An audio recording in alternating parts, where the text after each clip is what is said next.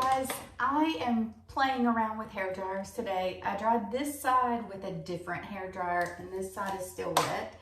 So I received this to try out. This is a professional hair dryer. It has 2200 watts ion technology and it's ceramic technology. So it says it's supposed to dry your hair 50% faster with 75% less frizz, and I am excited. So this is what it looks like. It's beautiful. It's purple and gold. It's really classy looking. Definitely does look professional.